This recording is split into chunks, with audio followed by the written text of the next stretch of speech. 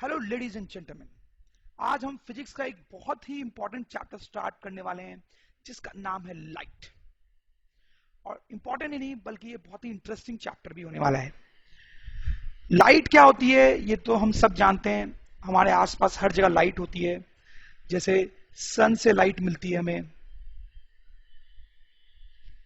Bulb से light मिलती है, स्टार से लाइट मिलती है, इन सारी चीजों से और भी बहुत सारी चीजें हैं जिनसे हमें लाइट मिलती है।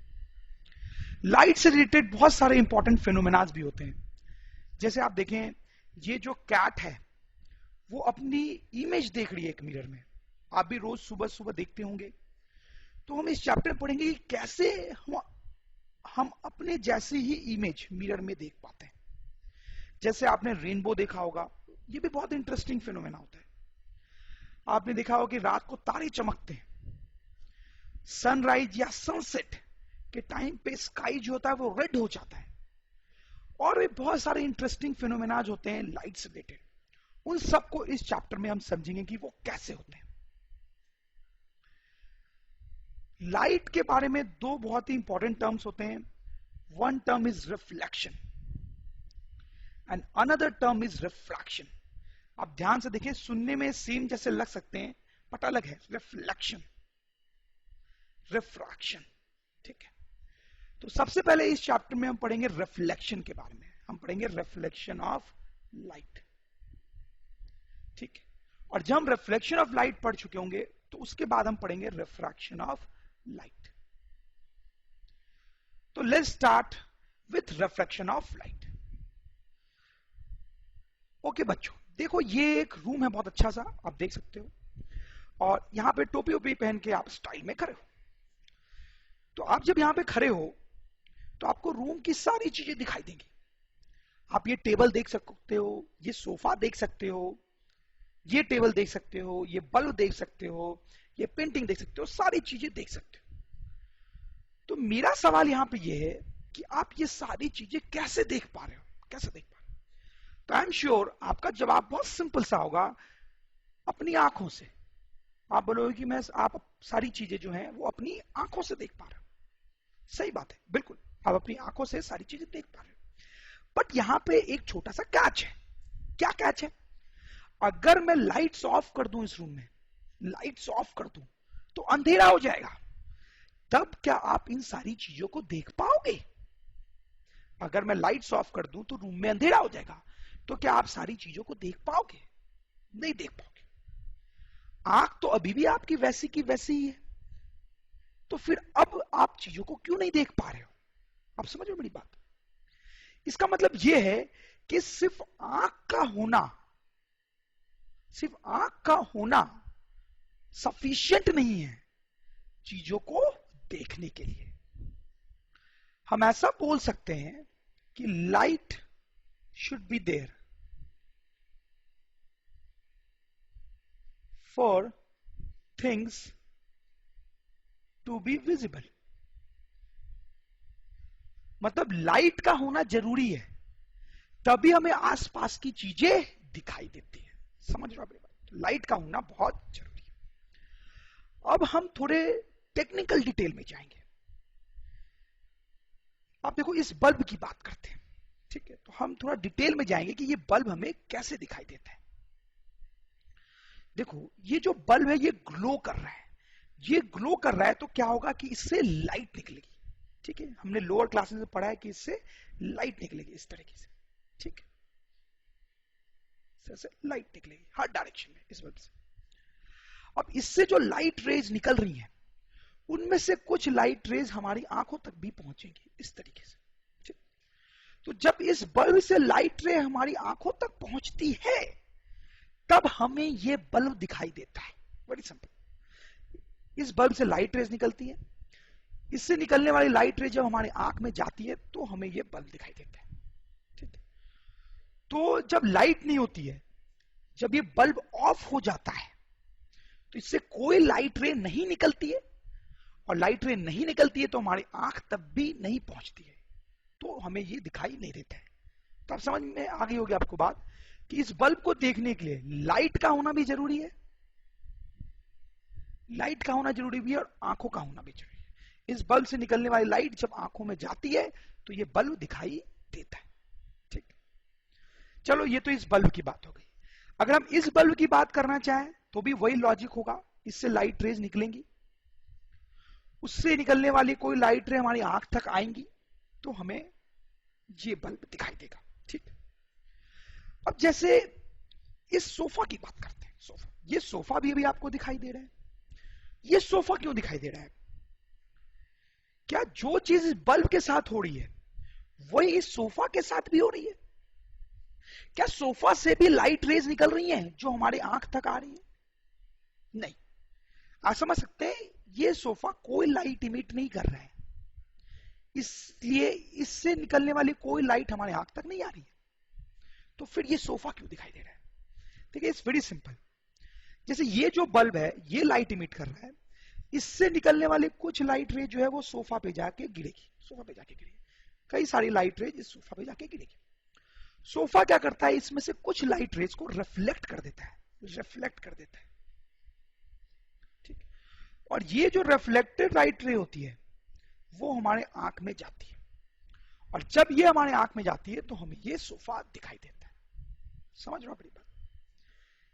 जैसे ये जो टेबल है ये भी हमें कैसे दिखाई दे रहा है, इससे कोई लाइट रे नहीं निकल रही है। ठीक है, ये बल्ब नहीं है कि इससे कोई लाइट रे निकले। ठीक, लेकिन इस बल्ब से इस पे कुछ लाइट रे आके गिर रही है, और ये लाइट रे रिफ्लेक्ट होकर जब हमारे आंख में जाती है तब हमें ये टेबल दिखाई देता है। आप समझ रहे हो बात? तो इस बात को हम यहां पे लिख सकते हैं कि we see an object when light rays from that reaches to our eyes. सही बात है। the light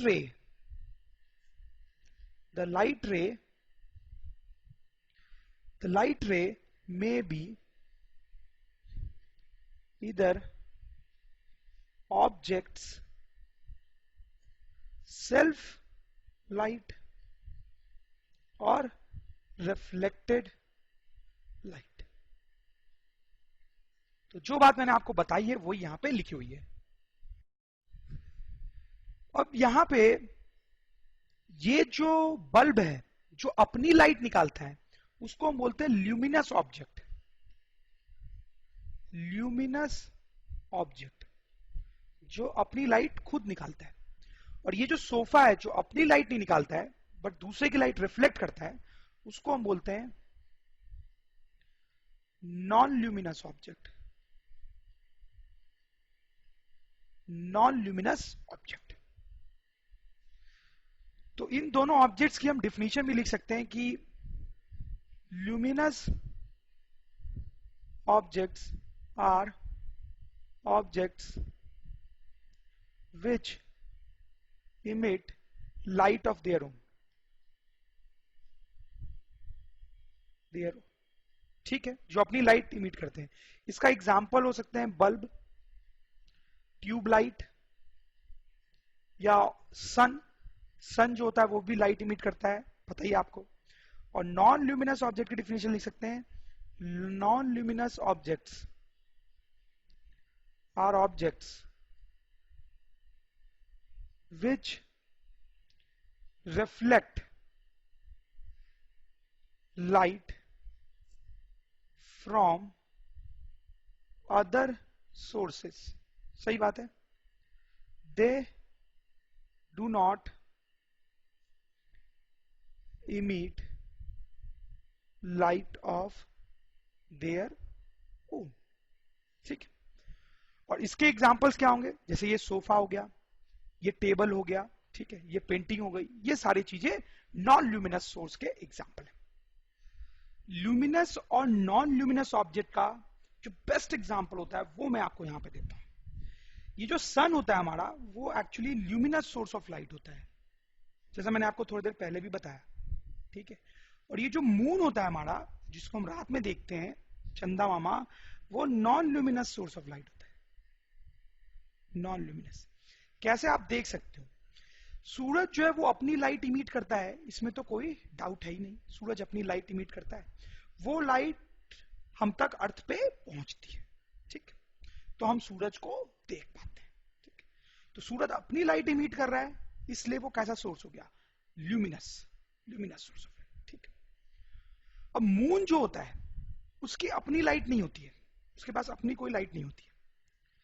सन की लाइट मून पे आती है, वैसे ही जैसे अर्थ पे आ रही थी, तो सन की लाइट मून पे आती है, मून क्या करता है उसमें से कुछ लाइट को रिफ्लेक्ट कर देता है और अर्थ की तरफ भेज देता है, ठीक।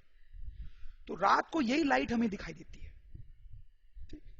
तो मून से जब अर्थ तक लाइट आती है तो हम मून को रात को देख पाते हैं, लेकिन मून से जो लाइट आ रही है वो उसकी खुद की लाइट नहीं है, वो रिफ्लेक्टेड लाइट है, रिफ्लेक्टेड लाइट है, ठीक। इसलिए जो मून है वो कैसा सोर्स हो गया, non luminous source of light. Light के बारे में और बहुत सारी चीजें हमने लोअर क्लासेस में पढ़ी है, थोड़ा सा उसको रिकॉल कर सकते हैं। पहला पॉइंट ये कि light is a form of energy, light is a form of energy. कोई खास बात नहीं है, सिंपल सी बात है। जैसे आपने पढ़ाई होगा लोअर क्लासेस में कि एनर्जी बहुत तरीके की होती है, जैसे साउंड एनर्जी, केमिकल एनर्जी, ठीक है, विंड एनर्जी, तो बहुत सारे की एनर्जी होती है। वैसे भी लाइट एक तरीके की एनर्जी है। दूसरा आपने डेफिनेटली ऐसा पढ़ा होगा कि light travels in straight line, light travels in straight line. Light जो होती है वो सीधी ट्रैवल करती है, स्ट्रेट लाइन में ट्रैवल करती है, ऐसे घूमते घूमते ट्रैवल नहीं करती है, ठीक। तीसरा, light can form shadows, light can form shadows. Shadows आपको पता ही क्या होता है, लाइट शैडोज बना सकती है। जैसे कि इस इमेज में आप देख सकते हैं कि इस आदमी की शैडो बन रही है यहां पे, ठीक है। इन सब चीजों के बारे में अगर आपको और डिटेल में देखना है तो आप लोअर क्लासेस का वीडियो देख सकते हैं, उन सब में हमने इसको बहुत एक्सप्लेन किया है। आपने पढ़ा भी होगा लोअर क्लासेस में, बट हो सकता है आपको उतना याद ना हो। रिफ्लेक्शन ऑफ लाइट, तो अब हम देखेंगे लाइट एक्चुअली में रिफ्लेक्ट होती कैसे है, ठीक। उसको समझाने के लिए मैं आपको एक छोटा सा एनिमेशन दिखाना चाहता हूं। ये एक दीवार है, आप देखें, और ये एक छोटी सी बॉल है जो दीवार से आके टकराएगी। तो टकराने पे क्या होता है वही हम देखना चाहते हैं। आपको पता ही होगा, ऐसे देखिए, बॉल टकराई और टकरा के बाउंस हो जाती है। फिर से देखें, बॉल टकराई और टकरा के रिफ्लेक्ट हो जाती है, बाउंस हो जाती है। तो जिस तरह से बॉल वॉल से टकराने के बाद बाउंस हो जाती है, उसी तरह से अगर कोई लाइट रे आती है, कोई लाइट रे आ रही है, मतलब यहां पे सपोज कोई बल्ब है या सन है जिससे लाइट रे इधर की तरफ आ रही है, तो ये लाइट रे जब दीवार से आके टकराती है तो ये भी उसी तरह से बॉल की तरह से बाउंस हो जाती है। तो ये जो प्रोसेस होता है लाइट के टकरा के वापस आने का, उसको हम बोलते हैं reflection of light, reflection of light. समझ लो मेरी बात, बहुत सिंपल सी बात है। इसमें अब देखिए क्या होता है कि सपोज करो बहुत सारी लाइट रेज आ रही है, बहुत सारी लाइट रेज आ रही है और इस दीवार से टकरा रही है, रिफ्लेक्शन ऑफ लाइट। तो हम देखेंगे लाइट कैसे रिफ्लेक्ट होती है, वो समझाने के लिए आपको मैं एक एनिमेशन आपको दिखाना चाहता हूं। अब देखिए, यहां पे एक वॉल है और एक छोटी सी बॉल है जो आके इस वॉल से टकराएगी, तो क्या होगा, लेट्स हैव अ लुक। देखिए, यहां बॉल टकराती है और फिर बाउंस हो जाती है। फिर से एक बार देखें, बॉल टकराती है और बाउंस हो जाती है। तो जिस तरह से ये बॉल आके टकरा के बाउंस होती है, वैसा ही कुछ लाइट रे के साथ भी होता है।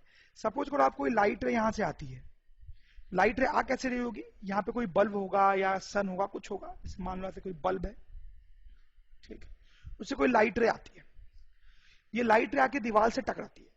तो जिस तरह से वो बॉल बाउंस हुई थी ना, उसी तरीके से ये लाइट रे भी बाउंस होती है।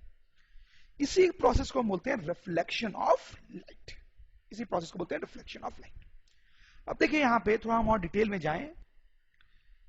क्या होता है कि इस बल्ब से एक लाइट रे तो आ नहीं रही होगी, बहुत सारी लाइट रेज आ रही होंगी जो इस दीवार को हिट कर रही होंगी। इस तरीके से बहुत सारी लाइट रेज आ रही होंगी, मैंने 3 लाइट रेज बनाई है, ठीक है।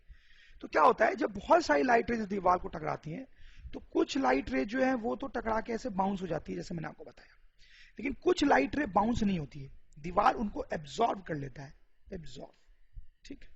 तो जैसे ऊपर वाली लाइट रे को सपोज को दीवार ने एब्जॉर्ब कर लिया, और नीचे वाली जो दोनों लाइट रेज थी उसको दीवार ने क्या कर दिया, रिफ्लेक्ट।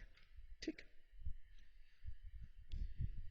तो कहने का मतलब है कि जब किसी सरफेस पे लाइट रेज आती हैं तो कुछ रिफ्लेक्ट हो जाती हैं और कुछ एब्जॉर्ब हो जाती हैं। उसमें क्या होता है कि कुछ सरफेसेस बहुत शाइनी होते हैं, शाइनी या स्मूथ टाइप के होते हैं, और कुछ सरफेसेस जो होते हैं वो डल होते हैं या फिर बहुत रफ टाइप के होते हैं। तो अगर ये वॉल की सरफेस बहुत चमकीली और स्मूथ टाइप की होगी तो ये वॉल जो है ज्यादातर लाइट को रिफ्लेक्ट करेगा, ज्यादातर लाइट को रिफ्लेक्ट करेगा, रिफ्लेक्ट्स मोर लाइट। अब ध्यान से सुने, जरा धीरे धीरे आपको समझ में आएगा। और अगर ये वॉल की सरफेस डल टाइप की हुई, रफ टाइप की हुई, तो ये ज्यादा लाइट को रिफ्लेक्ट नहीं करेगा, ज्यादा लाइट को एब्जॉर्ब कर लेगा, रिफ्लेक्ट्स लेस लाइट। जैसे आपके लिए मैंने यहां पे 4 सरफेसेस दिखा रखे हैं। आप देखो, ये जो सरफेस है ये बहुत ही ज्यादा स्मूथ है, बहुत स्मूथ है, आपको दिख रहा होगा साफ साफ, बहुत चिकना टाइप का है। ये थोड़ा कम स्मूथ है, ये थोड़ा रफ है, और ये बहुत ही ज्यादा रफ है, दिख रहा होगा आपको। तो इसमें क्या होगा कि जब इस सरफेस पे कोई लाइट रे आएगी और हिट करेगी, इस पे अगर बहुत सारी लाइट रे आके हिट करती है तो इससे ज्यादा कर लाइट रेस क्या हो जाएंगी, रिफ्लेक्ट हो जाएंगे, रिफ्लेक्ट। ठीक है, क्योंकि ये बहुत ज्यादा स्मूथ है, इससे ज्यादा कर लाइट रिफ्लेक्ट हो जाएगी। ये थोड़ा कम स्मूथ है तो इससे कम लाइट रेज रिफ्लेक्ट होंगी, ये रफ है तो इससे और कम लाइट रेज रिफ्लेक्ट होंगी, और ये बहुत ही ज्यादा रफ है तो इस पे जब लाइट रेज आके टकराएंगी, इस पे अगर लाइट रेज आके टकराएंगी तो बहुत ही कम लाइट रेज रिफ्लेक्ट होंगी। यही मैं आपको बताना चाह रहा हूं।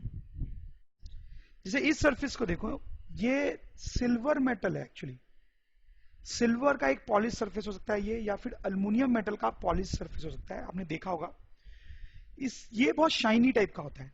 इसकी ऐसी प्रॉपर्टी होती है कि इस पे ज्यादातर जो लाइट आती है वो रिफ्लेक्ट हो जाती है, इसलिए पॉलिश्ड सिल्वर या अल्युमिनियम जो होता है वो बहुत अच्छा रिफ्लेक्टर होता है, very good reflector, very good reflector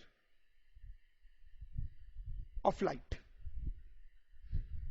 अब देखो, जैसे घरों में ये मिरर होता है जिसमें हम रोज सुबह सुबह अपनी शक्ल देखते हैं, इसको प्लेन मिरर बोलते हैं, आपको पता ही होगा इतना तो। प्लेन मिरर, ये जो प्लेन मिरर होता है ये बहुत अच्छा रिफ्लेक्टर होता है, it's a very good reflector of light, very good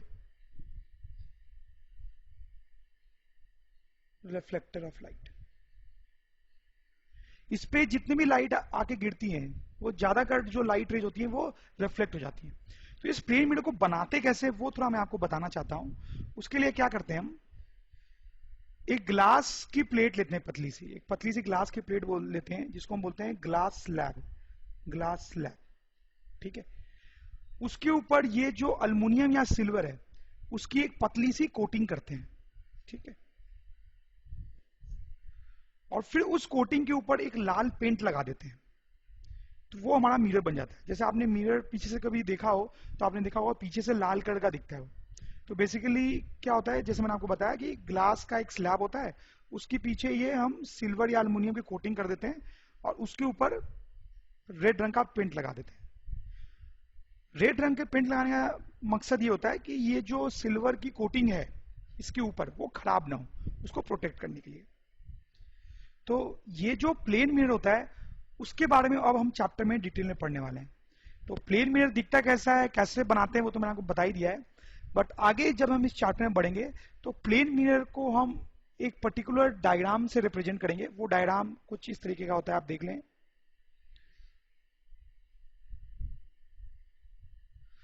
तो इस तरीके से प्लेन मिरर को हम रिप्रेजेंट किया करेंगे, एक सीधी लाइन और फिर यहाँ पे छोटी छोटी ऐसे लाइन बना देते हैं। तो ये जो पार्ट है, ये इधर वाला, वो मिरर का फ्रंट वाला पार्ट है, फ्रंट वाला पार्ट यानी ये वाला पार्ट जो हमें दिख रहा है यहाँ पे, फ्रंट वाला पार्ट। और ये जो साइड है मिरर की, वो पीछे वाला पार्ट है मिरर का, जो ऑरेंज कलर का या रेड कलर का दिखता है। ठीक है, तो ये जो पार्ट होता है उसको हम बोलते हैं reflecting surface of the mirror, इसको फ्रंट पार्ट को reflecting surface of the mirror. ठीक है, क्योंकि इस पार्ट पे अगर कोई भी लाइट रे आके हिट करती है तो वो लाइट रे क्या होगी, रिफ्लेक्ट होगी। लेकिन पीछे वाले सरफेस पर अगर कोई लाइट रे आके टकराएगी तो वो रिफ्लेक्ट नहीं होगी। Terms related to reflection of light. तो जैसे देखिए आप, ये प्लेन मिरर है जैसे कि मैंने आपको बताया, एक लाइट रे आती है और फिर रिफ्लेक्ट होकर चली जाती है। तो ये जो सिचुएशन होती है, यहाँ पे हम कुछ टर्म्स डिफाइन करते हैं जिससे आगे हमें लाइट के बारे में पढ़ना आसान हो जाता है। तो देखें, सबसे पहला टर्म मैं डिफाइन कर रहा हूँ, बहुत आसान होते हैं टर्म्स, आपको ऑलरेडी आते भी होंगे। सबसे पहला टर्म मैं यहाँ पे डिफाइन कर रहा हूँ, इंसिडेंट रे। इंसिडेंट रे, नाम से ही क्लियर है कि क्या मतलब होता होगा इंसिडेंट रे का, क्या लगता है आपको? ये जो लाइट रे मिरर को आके हिट करती है, इसी को हम इंसिडेंट रे बोलते हैं, उसी को हम इंसिडेंट रे बोलते हैं। Very simple. तो इंसिडेंट रे को हम कैसे डिफाइन कर सकते हैं? A ray of light falling on mirror surface, simple. दूसरा टर्म जो हम यहां पे डिफाइन करने वाले हैं, that is called reflected light, reflected ray. Reflected ray, reflected ray क्या होता है ये भी आप समझ रहे होंगे। ये जो लाइट रे रिफ्लेक्ट होती है मिरर से टकरा के, इसको बोलते हैं रिफ्लेक्टेड रे। रिफ्लेक्टेड रे। तो रिफ्लेक्टेड रे को कैसे डिफाइन किया जा सकता है? A ray of light send back by mirror. ठीक है, तो मिरर से वापस जो लाइट रे आती है उसको हम क्या बोलते हैं? Reflected ray. तीसरा पॉइंट जो हम यहां पे डिफाइन करेंगे, that is called point of incidence. ये भी बहुत सिंपल पॉइंट है। पॉइंट ऑफ इंसिडेंस क्या होता है? ये जो पॉइंट है, ये जो पॉइंट जहां पे इंसिडेंट लाके गिरती है और जहां से रिफ्लेक्टेड रे स्टार्ट होती है, इसी को बोलते हैं point of incidence. This is point of incidence. तो पॉइंट ऑफ इंसिडेंस को डिफाइन कर सकते हैं, a point on mirror, a point on mirror where incident ray falls, where incident ray falls. सही है। नेक्स्ट जो टर्म जो हम डिफाइन करने वाले हैं वो बड़ा इंपॉर्टेंट टर्म है, दैट इज कॉल्ड नॉर्मल। उसका नाम होता है नॉर्मल। नॉर्मल क्या होता है एक्चुअली? देखो मैं आपको बताता हूं, ये लाइन ड्रॉ कर रहा हूं मैं, कैसे आप देखना। ये जो डॉटेड लाइन मैंने बनाई है ना, इसको बोलते हैं नॉर्मल। इसकी प्रॉपर्टी ये है कि ये मिरर को पॉइंट ऑफ इंसिडेंस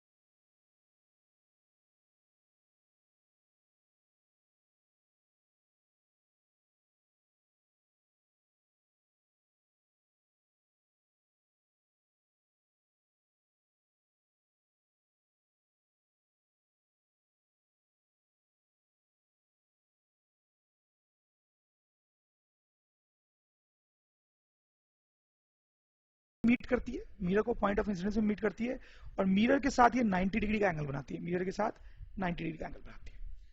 तो नॉर्मल किसको बोलेंगे हम? तो हम बोल सकते हैं नॉर्मल इज अ लाइन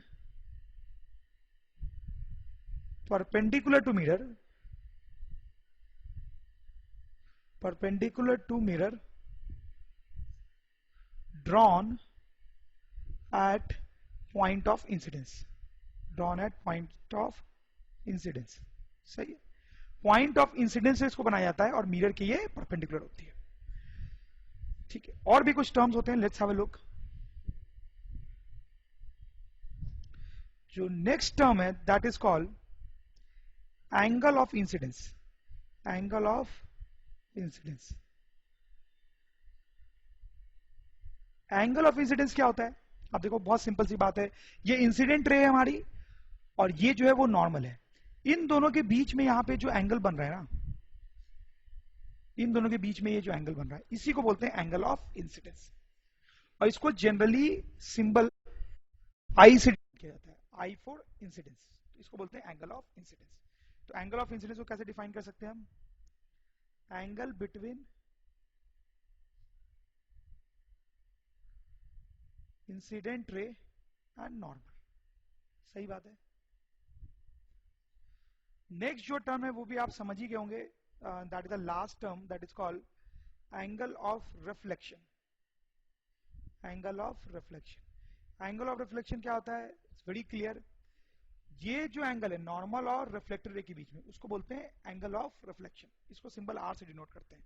तो एंगल ऑफ रिफ्लेक्शन को क्या लिख सकते हैं? Angle between reflected ray and normal. Now will see laws of reflection of light.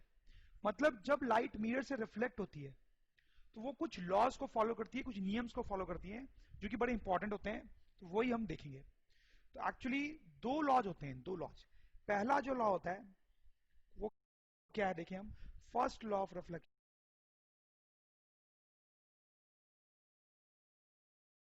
जिसको हम बोल सकते हैं फर्स्ट लॉ ऑफ रिफ्लेक्शन। क्या होता है फर्स्ट लॉ ऑफ रिफ्लेक्शन? तो पहले मैं लिख देता हूं फर्स्ट लॉ ऑफ रिफ्लेक्शन क्या है। फर्स्ट लॉ ऑफ रिफ्लेक्शन बोलता है कि incident ray, reflected ray and normal lie in same plane, lie in same plane। मतलब ये जो इंसिडेंट रे है, ये जो रिफ्लेक्टेड रे है और ये जो नॉर्मल है, तीनों एक ही प्लेन में लाई करते हैं, एक ही प्लेन में। ये जो पॉइंट है इसको समझने के लिए एक और डायग्राम मैं आपको दिखाता हूं, उससे आपको और समझ में आ जाएगा। ये डायग्राम देखिए आप, ये जो बॉटम वाला सरफेस है ना, ये एक्चुअली मिरर है, ये हमारा मिरर है। ठीक है, तो आप ऐसा सोचिए कि इस मिरर को जो है हम अलग एंगल से देख रहे हैं, दूसरी साइड से देख रहे हैं। तो ये हमारा मिरर है, अब देखिए इंसिडेंट रे आया, इंसिडेंट रे आया रेड कलर में, और ये रिफ्लेक्टेड रे, रिफ्लेक्टेड टकरा के चला गया। बीच में ब्लू से नॉर्मल बना हुआ है, नॉर्मल। आप देखें ये जो एंगल है उसको क्या बोलेंगे हम? जैसे मैंने आपको बताया एंगल ऑफ इंसिडेंस, तो ये जो एंगल है उसको बोलेंगे एंगल ऑफ रिफ्लेक्शन, रिफ्लेक्शन। तो आप देखो ये जो तीनों लाइंस हैं, red blue and green, red blue and green, ये तीनों एक ही प्लेन में, एक ही प्लेन में है। ठीक है, तो वही बोला जा रहा है incident ray, reflected ray and normal lie in same plane. ठीक है, या फिर इस डायग्राम में भी आप देख सकते थे। अब देखो ये जो तीनों व्हाइट लाइंस हैं, तीनों इंसिडेंट, रिफ्लेक्टेड और नॉर्मल, वो तीनों कंप्यूटर के स्क्रीन के प्लेन में आ रही है, तीनों कंप्यूटर के स्क्रीन के प्लेन में आ रही है, तो तीनों एक ही प्लेन में। ठीक, यही लॉ है। जो दूसरा लॉ है वो इनफैक्ट ज्यादा इंपॉर्टेंट होता है, पहला लॉ कोई बहुत ज्यादा इंपॉर्टेंट नहीं है। दूसरा लॉ को हम लिख सकते हैं second law of reflection, second law of reflection. ये क्या होता है? ये बहुत ही सिंपल है। सेकंड लॉ ऑफ रिफ्लेक्शन बोलता है कि एंगल ऑफ इंसिडेंस और एंगल ऑफ रिफ्रैक्शन जो होता है वो बराबर होता है। This is a very important point. मतलब ये जो एंगल है और ये जो एंगल है दोनों बराबर होंगे। जैसे मैं आपको एक एग्जांपल दूं तो अगर ये मेरा एंगल ऑफ इंसिडेंस से 30 डिग्री है, ये 30 डिग्री पे ये इंसिडेंट रे आती है, नॉर्मल के साथ 30 डिग्री बनाती है, तो ये जो रिफ्लेक्टेड रे जाएगी वो भी नॉर्मल के साथ 30 डिग्री का ही एंगल बनाएगी। तो एंगल ऑफ इंसिडेंस भी 30 और एंगल ऑफ रिफ्लेक्शन भी 30, दोनों बराबर। उसी तरीके से अगर मैं एक और एग्जांपल आपको देना चाहूं, तो अगर एंगल ऑफ इंसिडेंस हमारा 45 डिग्री होगा तो एंगल ऑफ रिफ्लेक्शन भी 45 डिग्री होगा, दोनों बराबर होते हैं। Let's do this simple question. ये एक मिरर है, आप देख सकते हैं, और एक लाइट रे मिरर को ऐसे हिट करती है और यहां पे एंगल बनाती है 40 डिग्री, ठीक है। क्वेश्चन है find angle of reflection. Angle of reflection क्या होता है हमें पता है, वो कितना होगा इस केस में वो निकालना है। Also draw reflected ray, reflected रे को बनाना भी। यहां पे क्या करेंगे हम, देखो बहुत सिंपल है। जब भी इंसिडेंट रे आपको दिया हो और रिफ्लेक्टेड रे आपको बनानी हो तो सबसे पहले हमें नॉर्मल बनाना चाहिए, नॉर्मल। तो सबसे पहले मैं यहां पे नॉर्मल बनाऊंगा। तो नॉर्मल कैसे बनाऊंगा मैंने आपको बताया था, ये नॉर्मल होगा, ठीक है। जहां पे पॉइंट ऑफ इंसिडेंट है वहां पे नॉर्मल बनता है और मिरर के परपेंडिकुलर, ठीक। अब आप देखें ये जो एंगल है ये कहलाएगा एंगल ऑफ इंसिडेंस, और इसकी वैल्यू कितनी होगी। क्लियरली आप देख सकते हैं कि angle of incidence I plus 40, इन दोनों का सम इज इक्वल टू 90। तो इसका मतलब है कि एंगल ऑफ इंसिडेंस जो हो जाएगा that will be 90 degree minus 40 degree, so that is 50 degree. तो यहाँ पे एंगल ऑफ इंसिडेंस हमारा 50 डिग्री हो गया, ठीक। अब ये जो लाइट रे है वो रिफ्लेक्ट कैसे होगी, हमें पता है कि वो कुछ इस तरीके से रिफ्लेक्ट होगी, और ये जो एंगल यहां पे बनेगा यही कहलाएगा angle of refraction, sorry angle of reflection. और ये एंगल ऑफ रिफ्लेक्शन कितना होगा, तो हमें पता है by first law of reflection या फिर by second law of reflection, जो हमने सेकेंड लॉ पढ़ा है उससे हमें पता है कि एंगल ऑफ रिफ्लेक्शन जो होता है वो एंगल ऑफ इंसिडेंस के बराबर होता है। इसका मतलब कि एंगल ऑफ रिफ्लेक्शन जो होगा वो 50 डिग्री होगा, सही है, वेरी सिंपल। तो ये हमारा सॉल्यूशन हो गया। एक और क्वेश्चन करते हैं। अगर लाइट रे ऐसे आती है तो रिफ्लेक्ट होकर ऐसे जाती है हमें पता है, बट थोड़ी सी इंटरेस्टिंग सी सिचुएशन देखते हैं। सपोज करो लाइट रे जो ऐसे आती है इस तरीके से, ठीक है। ये हमारी इंसिडेंट रे जो कि एक्चुअली मिरर के परपेंडिकुलर है, तो ये मिरर से टकराएगी और फिर रिफ्लेक्ट होगी। कैसे रिफ्लेक्ट होगी ये यही बताना है। तो क्वेश्चन है what happens if a light ray is incident on plane mirror perpendicular. ये लाइट रे परपेंडिकुलर डायरेक्शन पे मिरर को हिट कर लिए, तो इसका क्या होगा, ये कैसे रिफ्लेक्ट होगी, कैसे सोचेंगे। देखो जैसा मैंने आपको बताया सबसे पहले हमें नॉर्मल बनाना चाहिए।